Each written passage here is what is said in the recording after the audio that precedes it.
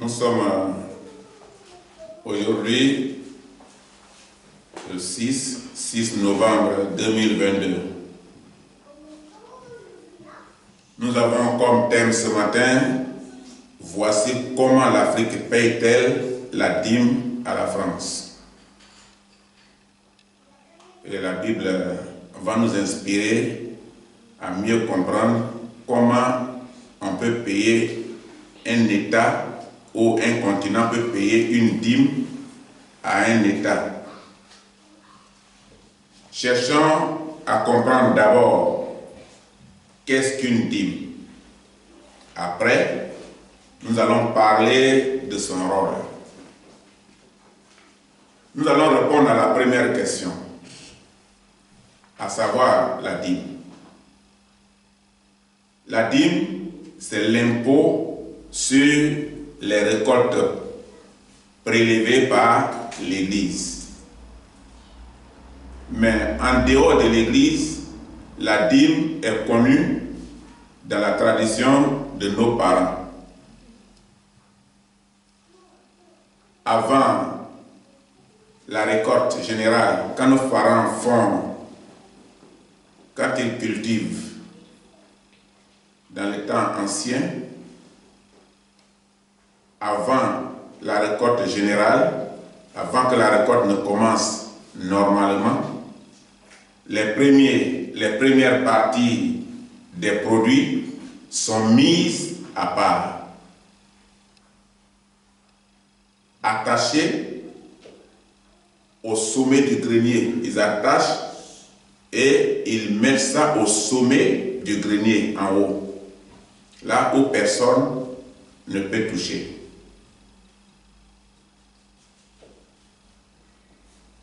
Réservé à la prochaine semence de l'année prochaine, ce qu'ils attachent en haut. Et cette réserve est sacrée. Son utilisation est strictement interdite, quelles que soient les circonstances.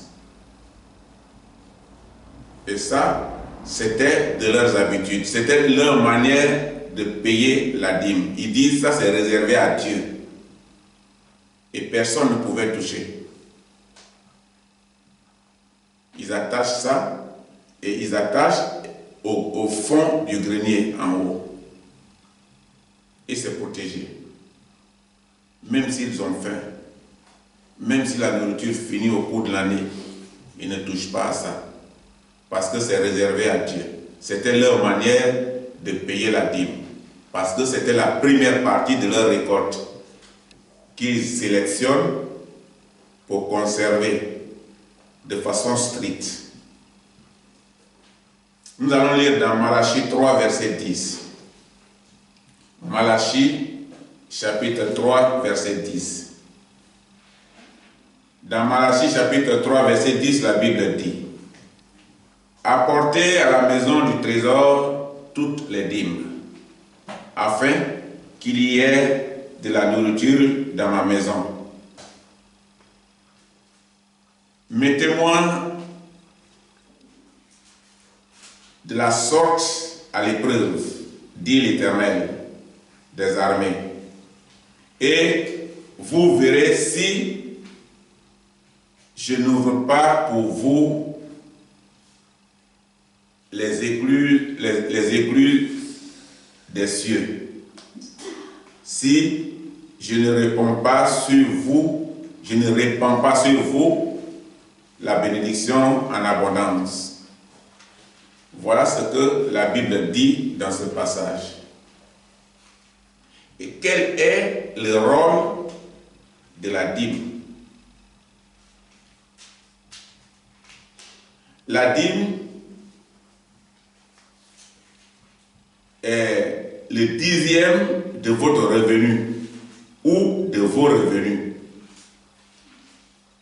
que vous donnez à l'Église de Dieu. Ce commandement date de l'époque de l'Ancien Testament.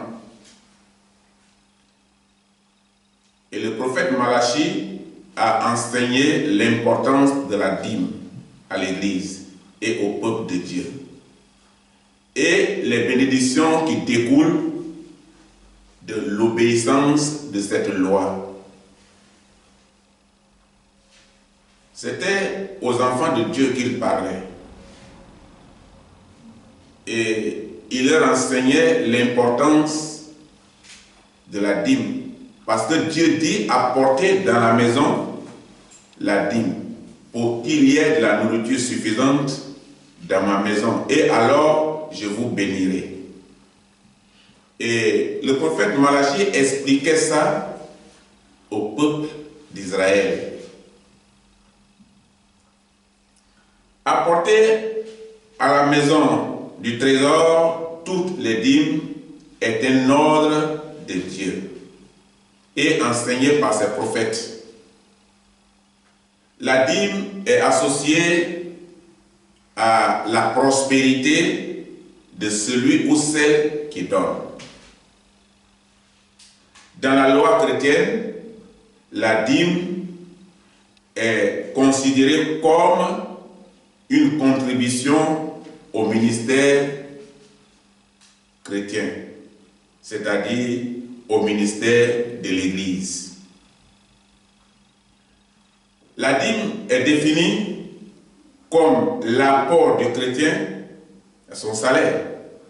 L'apport du chrétien de son salaire sur la production du sol pour ceux qui cultivent et les artisans destinés à l'Église, repartis en 3 parts. Une destinée à l'Église pour soutenir les missionnaires, pour payer les factures et les travaux de l'Église. Une aux démunis, c'est-à-dire des personnes prises en charge par l'Église. Parce que beaucoup de personnes sont souvent prises en charge par l'Église. Soit elles sont chassées de leur famille respective à cause de leur croyance en Jésus-Christ. Ou soit elles sont sans revenus financiers. Et la troisième, pour le loyer, la nourriture, la tenue vestimentaire du pasteur principal de l'Église, qui est consacré pour l'œuvre de Dieu, qui est sans salaire. Il n'est pas salarié. Il y a beaucoup d'églises où le pasteur n'est pas salarié. Et comme le pasteur n'est pas salarié, il doit vivre. Mais ce ne sont pas les païens du dehors qui vont le faire vivre. Parce qu'au fait, il est à leur service. Il doit leur apporter de l'enseignement. C'est un professeur de Dieu qui apporte les connaissances qui éclairent le peuple de Dieu par rapport au message qu'il donne. Donc, il doit être hébergé par l'Église parce qu'il n'a pas de salaire. Et l'Église doit payer son loyer, sa nourriture, sa tenue vestimentaire. Voilà où rentre aussi une partie des dîmes. Mais maintenant, nous avons donné comme titre, comme thème, la dîme que l'Afrique paye à la France. Donc voici comment l'Afrique paye la dîme à la France. La France vole la dîme aux Africains.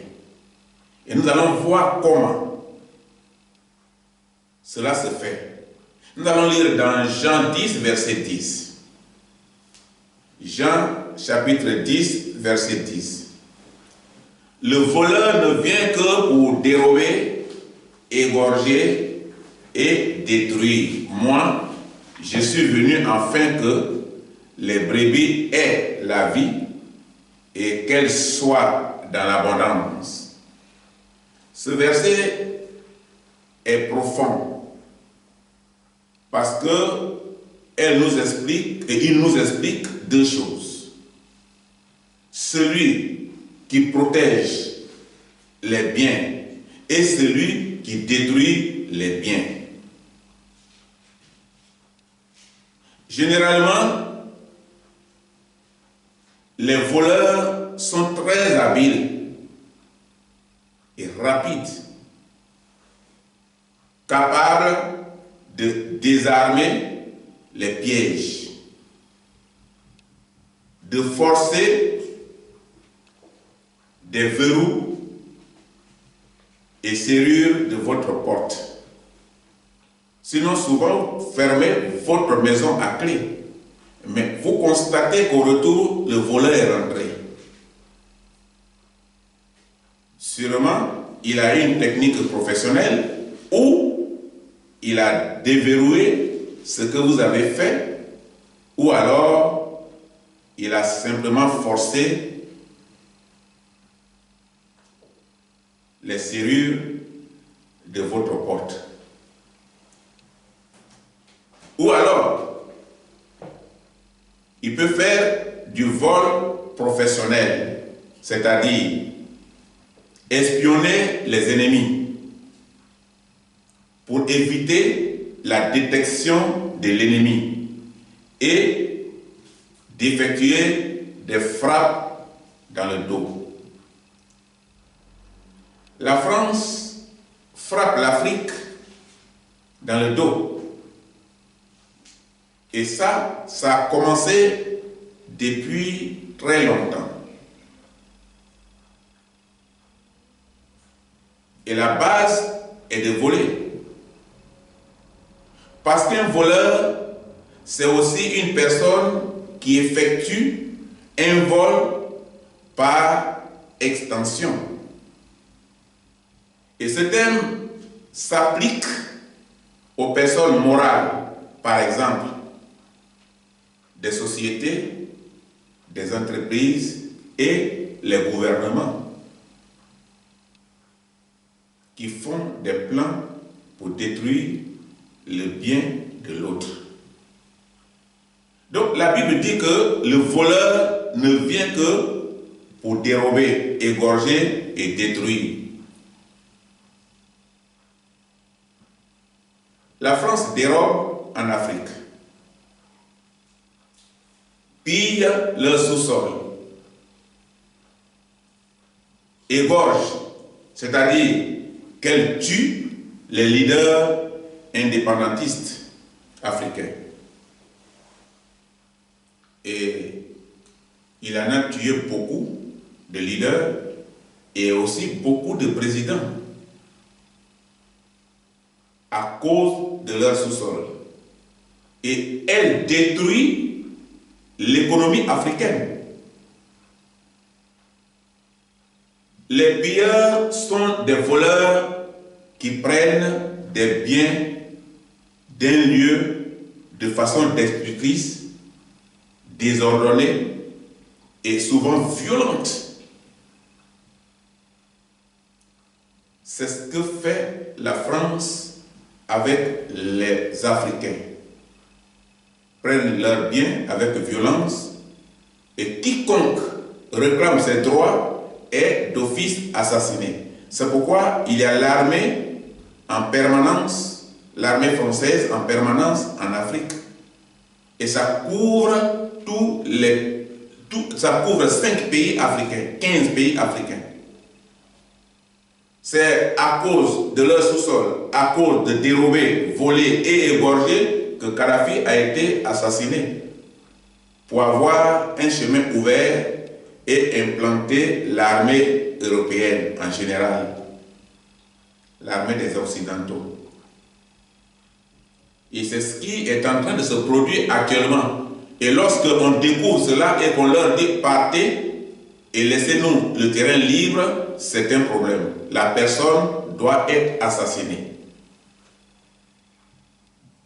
Le gouvernement français et les militaires français occupent l'Afrique.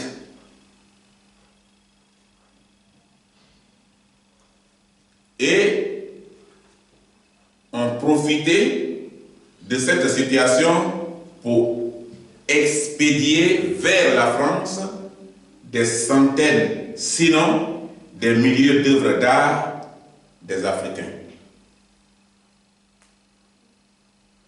La jeunesse et la diaspora africaine ont mis au jour le pillage de la France en Afrique.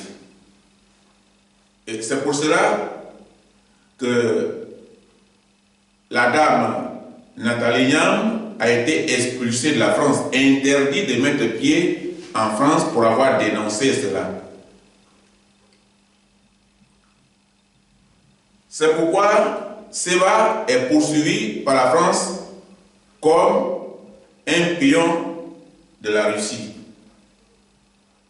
C'est pourquoi Nyamsi, le professeur Nyamsi, est toujours traduit en justice française pour s'expliquer sur son opinion de liberté de parole.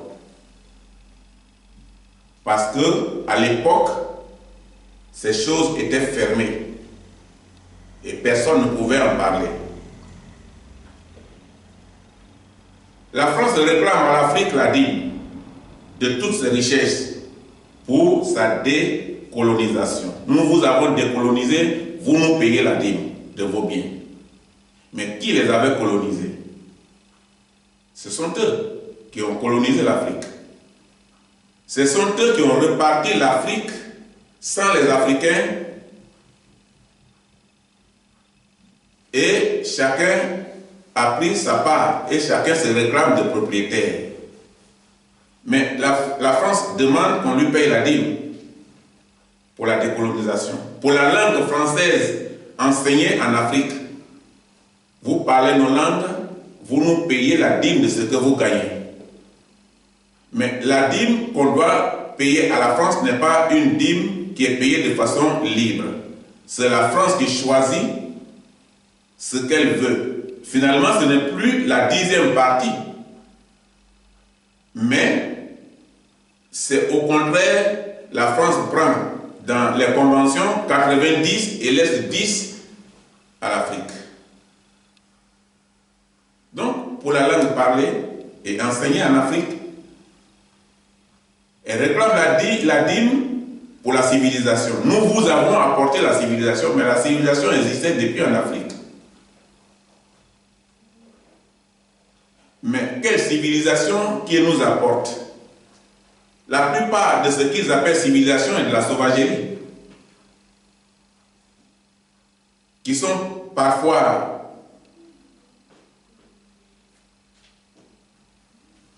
mauvais au point où on ne peut pas prononcer. Donc, pas de la civilisation. Elle réclame la dîme comme le maître et chef des Africains pour avoir vendu le noir. Nous avons vendu, vous nous devez payer un salaire.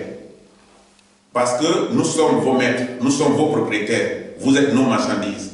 Parce qu'il les avait vendues comme sa marchandise et sa propriété privée. Alors pour cela, elle a besoin qu'on lui paye la dîme de ce que l'Afrique gagne.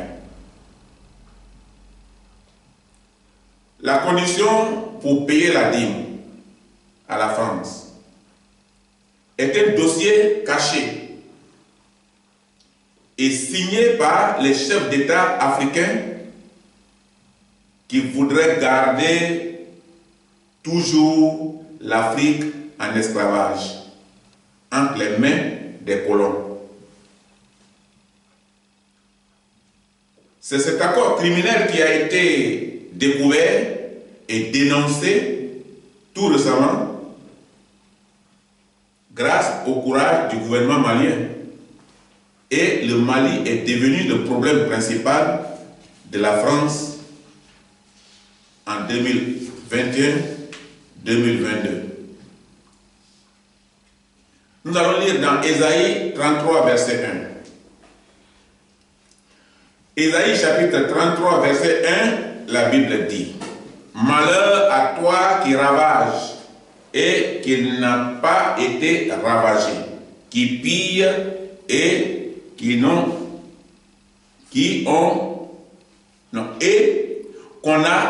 on n'a pas encore pillé, qui pillent et qu'on n'a pas encore pillé.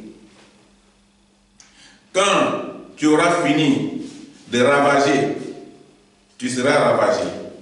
Quand tu auras achevé de piller, on te pillera. Le moment est venu. Et la Bible nous révèle ces choses pour que les Africains n'aient plus peur. Les Africains ont été pillés, leurs biens ont été pillés, leurs enfants ont été vendus en esclavage. On leur avait arraché tout ce qu'il était nécessaire pour leur famille. Mais le moment est venu pour que ces choses s'arrêtent grâce à leur courage. Et la Bible parle des personnes qui exportent illégalement les biens des autres hors d'un pays à un autre. C'est ce qui se passe en Afrique, c'est ce que la Bible appelle le pillage, ravagage. Tu vas ravager, mais toi aussi, tu seras ravagé. Tu vas finir de piller et tu seras pillé. Donc voilà comment ils pillent. Parce qu'ils exportent illégalement des biens des Africains vers un autre pays. C'est pourquoi, lorsqu'il est apparu dans le rapport du gouvernement malien que dans les traités de l'accord entre France et l'Afrique est fait sur la base de l'escroquerie. Alors, la France panique et se met en colère contre le gouvernement malien. Aujourd'hui, le gouvernement malien est devenu un problème. La France cherche à détruire et à tuer comme elle le faisait avant, mais elle est confrontée à un problème. C'est que le gouvernement est en train de se défendre avec d'autres puissances plus puissantes que la France. La Côte d'Ivoire a été détruite, c'était pourquoi en 2011. Tous les présidents qui passaient avant, la présidence de la Côte d'Ivoire, là où le président ivoirien et son gouvernement travaillaient, cette maison est en location et c'est payé à la France depuis 1960 jusqu'à nos jours. C'est-à-dire que la maison, la France dit cette maison-là, c'est pour nous, nous sommes propriétaires. Vous allez travailler dedans, ça est dans votre pays, c'est vous qui avez construit votre argent, mais vous nous payez. Celui qui ne paye pas sera assassiné. Et on leur payait les droits de cette maison. Et lorsque le président Gbagbo est arrivé au pouvoir, il a dit « je ne paye pas ». Mais ça, c'est la maison de travail de mon pays. Comment alors vous voulez que je vous paye ça? Je ne paye pas le loyer. Premier problème. Deuxième problème, quand il est rentré, il a vu que tout le contrat qui était là-bas dit que d'abord c'est la France qui gouverne et que c'est la France qui est autorisée à donner les contrats à qui elle veut. C'est-à-dire que tout ce qui est contrat, la société nationale n'a pas droit. Elle aura droit seulement à ce que la France lui donne sur un autre territoire. Il a dit ça, je ne suis pas d'accord. Première priorité, les sociétés de mon pays. Deuxième problème. La France lui dit que, ici, là, c'est nous qui devons choisir qui doit participer à ton gouvernement ou non. C'est ça qu'on fait en Afrique. Et lorsqu'il a refusé, on dit il faut l'assassiner parce qu'il refuse de payer sa dîme à la France. C'est ainsi que la présidente a été bombardée par 3 avions de guerre français en 2011 pour s'emparer du président de la République et l'amener à l'AE, aux Pays-Bas. Là où il a été jugé pendant 10 ans et il a gagné le procès. Donc, le Mali est dans le collimateur des Français actuellement à cause de ce qu'ils ont dénoncé ce projet d'accord. La France s'est donné le droit d'auteur et le brevet de propriétaire de l'Afrique. C'est nous qui commandons l'Afrique et c'est nous qui décidons de ce que doit faire l'Afrique. Voilà ce que dit la France. Donc, il s'est donné le droit d'auteur et il a signé un brevet qui lui donne l'autorisation de gouverner lui-même ici et il applique de gouverner l'Afrique. Donc, les objectifs principaux constituaient des confiscations des biens potentiellement enrichissants de l'Afrique au profit des sociétés françaises. Puisque c'est la société française qui doit décider de ce que doit faire l'État et doit donner le contrat à une société locale comme elle veut et quand elle veut. Le métier de voleur. Le métier de voleur, c'est d'adapter pour en profiter. Adapter et en profiter. C'est ce que fait la France en Afrique.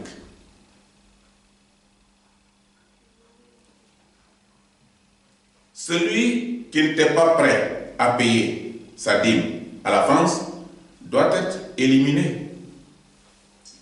Et beaucoup de leaders ont été éliminés parce qu'ils ont refusé de payer leur dîme à la France. Il doit être éliminé, tué par la France. Plus de 40 ans, le règne dictatorial sur les Africains, coup d'État sur des personnes, des présidents et meurtres d'hommes politiques œuvrant pour mettre fin au système France-Afrique. Et puisque l'Afrique n'a pas assez d'armes, les armes qui sont en Afrique, c'est la France qui donne. Dans les 15 pays africains, la France ne veut pas qu'un autre pays donne des armes à ces pays-là. La France donne des armes. Mais les armes que la France donne, c'est la France qui gère ces armes. Donc c'est une puissance sous puissance. C'est une indépendance sous contrôle. C'est un gouvernement sans force.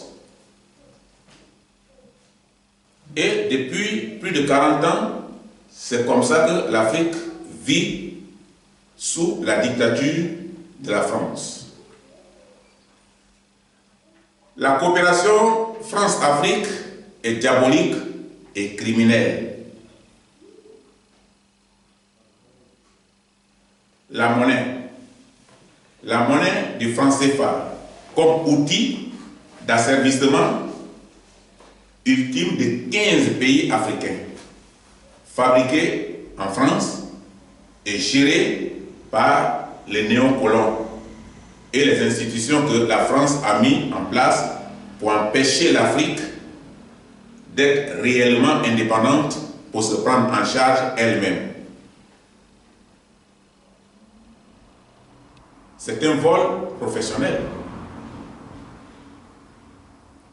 La présence militaire justifiée par des prétextes combats contre les terroristes, alors même que cette armée française, soi-disant armée de défense et de protection, collabore avec des groupes armés contre qui elle est supposée combattre. Ce qui est difficile à comprendre. Quand la France a décidé de diviser le Mali, donner un territoire aux Touaregs, là où la France avait déjà mis sa base et défendu aux militaires maliens d'y pénétrer, comme ça a toujours été sa stratégie de travail pour piller les ressources africaines. Maintenant, la présence militaire est justifiée de cette manière. Et avant que les réseaux sociaux viennent parler ou viennent aider les Africains dans la communication, il existait seulement à cette époque des presses mensongères, manipulatrices et sans éthique, qui sont RFI, France 24, TV5 et Jeune Afrique. Voilà seulement les médias que l'Afrique était autorisée à écouter, l'Afrique francophone. C'est seulement ça qu'on mettait à leur disposition. Et c'est avec ça qu'on les convainc et qu'on les utilise mieux. Parce que les informations qui viennent de là sont des fausses informations. Maintenant, les réseaux sociaux aident l'Afrique à découvrir les réalités. Et quand il y a le mensonge aujourd'hui, demain, il y a la contradiction. Il y a des contre-attaques. Voici ce qui aide aujourd'hui. Donc, ces médias sont comme les seuls moyens d'information pour les Africains à cette époque. Ces accords entre l'Afrique et la France étaient un moyen de soumettre l'Afrique au commandement de la France. Et cette souffrance a duré longtemps, et vraiment très longtemps, et continue de demeurer.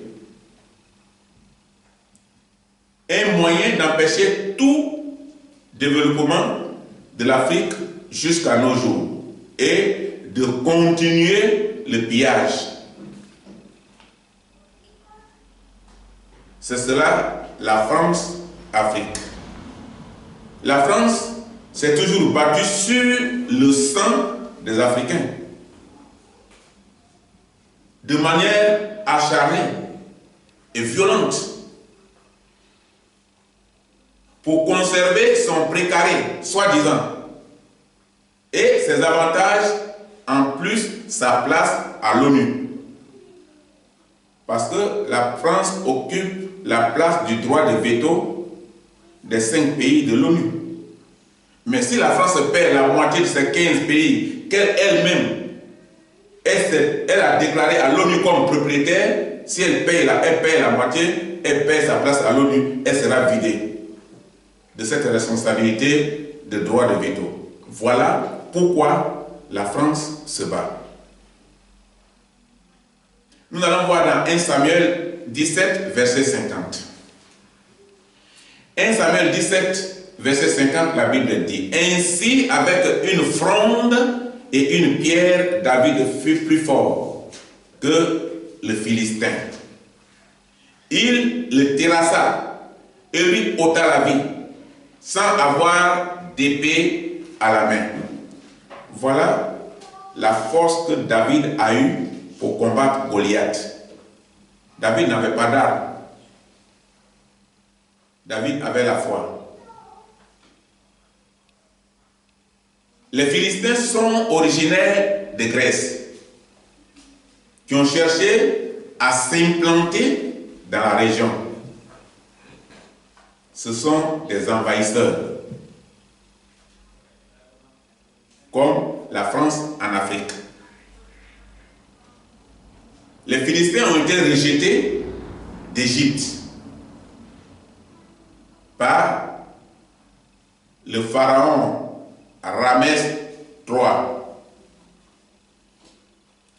Ils se sont installés dans l'actuelle bande de Gaza. C'est le nom philistin qui deviendra plus tard Palestine.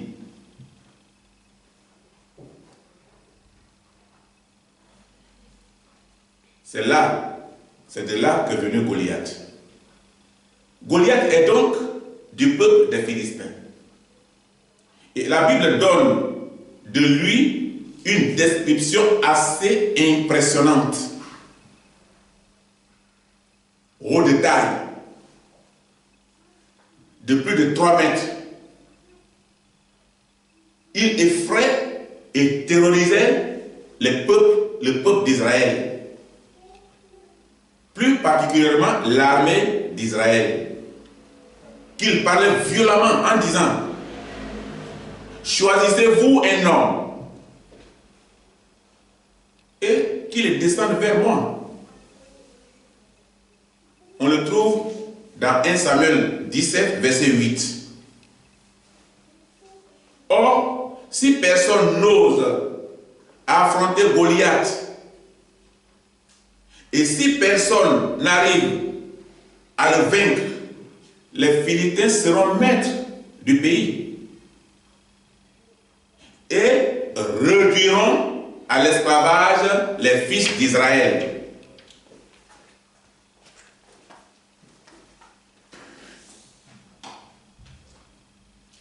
L'Afrique doit vaincre. L'Afrique doit vaincre la France-Afrique. Comme Goliath a vaincu Goliath et les Philistins. Sinon, la France sera toujours maître. Et cela va demeurer éternellement.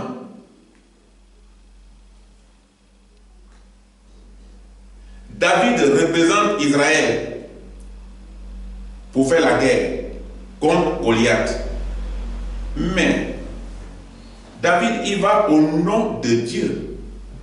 Tout ce que tu dois faire, il faut le faire au nom de Dieu, au nom de Christ. David y va au nom de Dieu, comme sauveur de son peuple. Parce qu'il n'avait pas d'arme. La Bible dit qu'il n'avait pas d'arme. Mais il va gagner le combat au nom de Dieu, sauveur de son peuple. Et la Bible dit que Dieu ne regarde pas l'apparence, mais le cœur. L'apparence se trompe. Il y avait des soldats à cette époque-là qui étaient bien habillés, qui avaient des galons, qui avaient des armes. Quand tu le vois, ils sont robustes. Mais ce n'était pas ça qui comptait, ce n'est pas ça qui allait gagner Goliath. David n'avait rien. On lui a même porté des tenues militaires et il a dit: ça pèse. Enlevez-moi tout ça. Je vais l'affronter. Dieu regarde le cœur et non l'apparence. La Bible nous dit encore que Dieu a donné la priorité au petit David pour défendre Israël. Et quand tu vas ouvrir ton cœur à l'évangile, ton cœur à la parole de Dieu, Dieu te donnera la possibilité de te défendre et défendre tes intérêts. Et Dieu te donnera la victoire. Il combattra pour toi. Ses anges seront à tes côtés. Parce que dans la logique divine, ce n'est pas la force qui compte. Ce n'est pas l'apparence qui compte. Mais c'est la capacité du cœur. C'est le cœur que Dieu regarde. Et si ton cœur est avec Dieu, Dieu ne t'abandonnera jamais. Tu seras sous sa protection, sous son abri.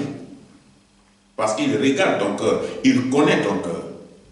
Et la grandeur de la foi, c'est ça que Dieu veut. Quand ta foi grandit avec Dieu, avec la parole.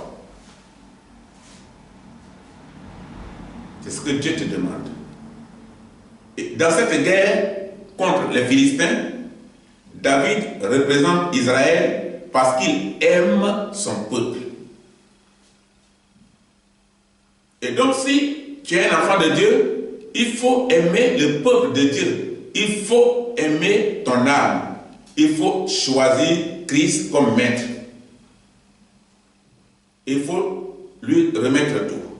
Comme David l'a remis. Et David a gagné. Il aimait son peuple. Il a été choisi pour porter la parole divine. Parce que sa victoire a été un message. La parole divine et la faire connaître à toutes les nations. Aujourd'hui, on parle de David comme histoire.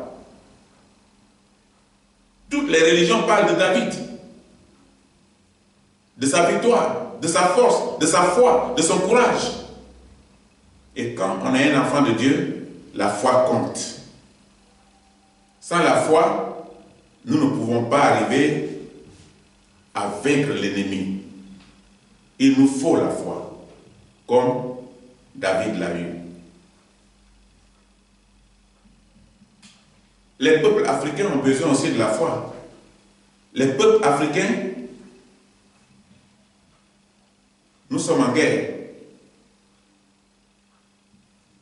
Nous sommes en guerre contre l'adversaire, la France, contre la colonisation, contre l'armée française, contre toutes les choses que la France a fait entrer en Afrique. On est en guerre contre ça. Aujourd'hui, plus que jamais, il y a en Afrique une confrontation entre l'Africain et les grandes puissances. On veut toujours réduire l'Afrique à néant, que l'Afrique quémande. Mais c'est en Afrique qu'ils prennent leur richesse pour être riches et enrichir l'Europe. Pourquoi ils sont en train de courir partout? Parce qu'ils prenaient le courant gratuitement. Tout ce qui pouvait les alimenter se prenait gratuitement en Afrique. Le pétrole se prenait gratuitement en Afrique. L'or se prenait gratuitement en Afrique. Le diamant se prenait gratuitement en Afrique. Puisque l'armée est là, on met la base militaire française là où il y a le bien du pays et on interdit aux militaires de ce pays d'y pénétrer. Et tout récemment, Mali a interdit à la France de franchir un territoire et on découvre qu'il y avait des conteneurs là, en brousse là.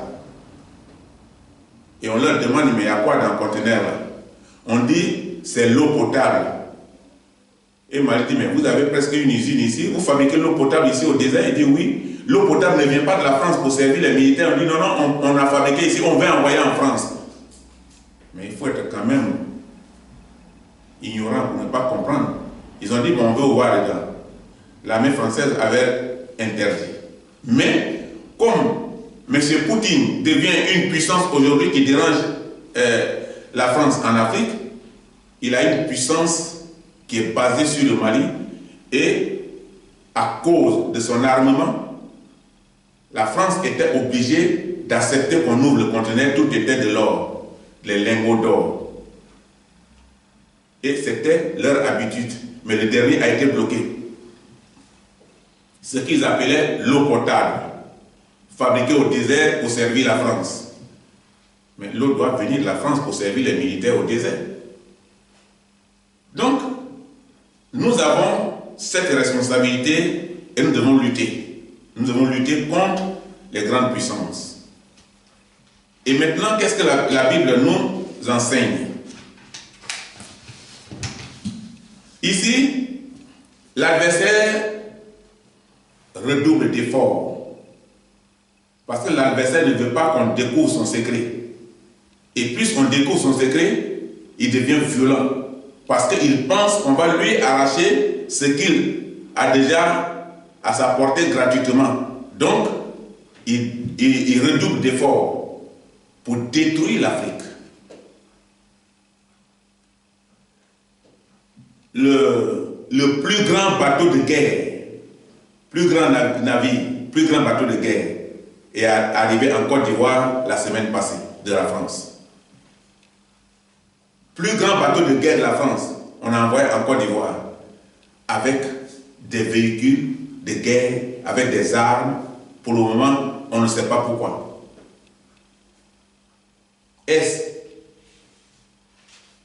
pour prendre la Côte d'Ivoire en otage? Est-ce pour combattre les pays qui sont aux alentours?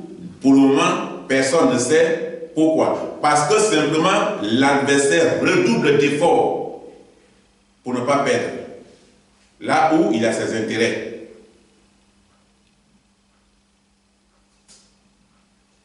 Les hommes,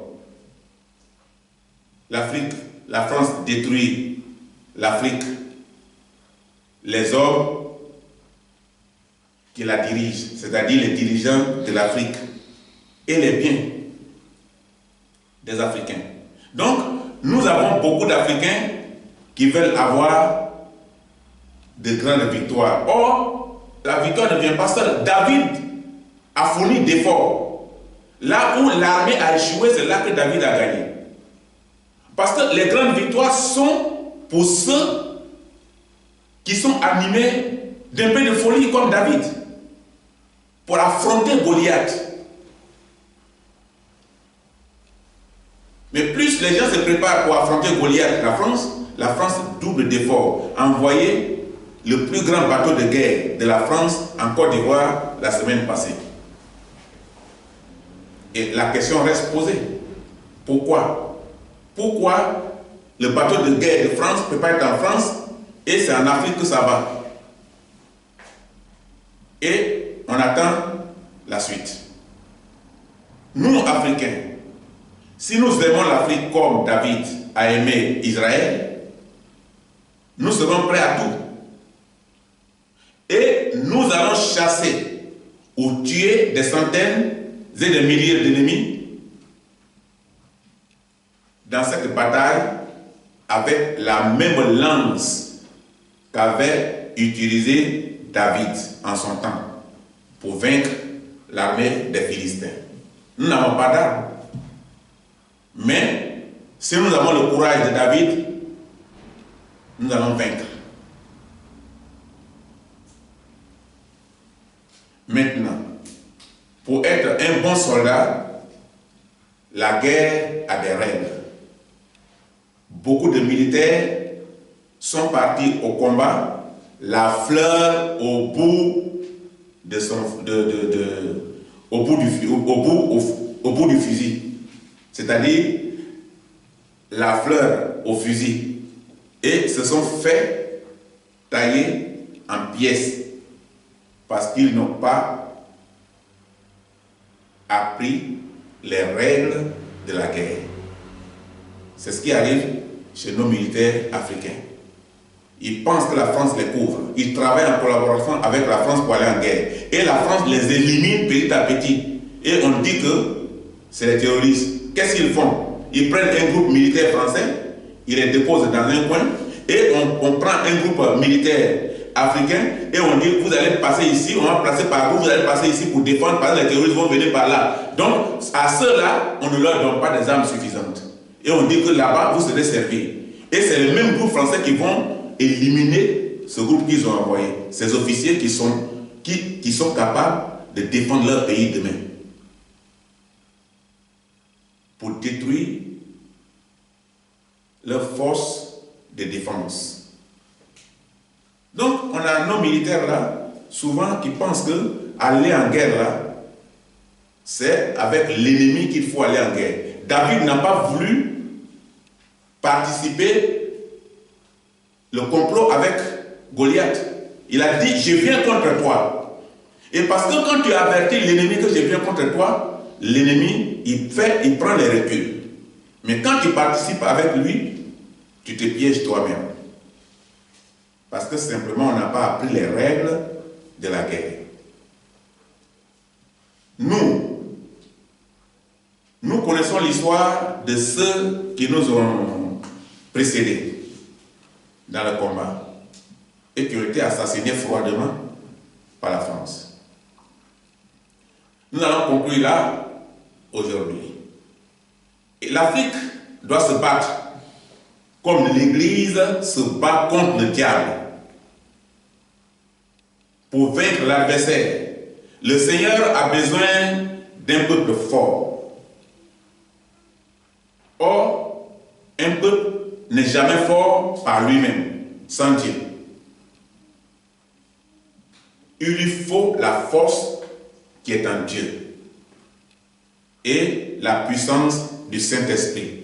C'est là aujourd'hui que nous allons nous arrêter. Alors que Dieu nous bénisse.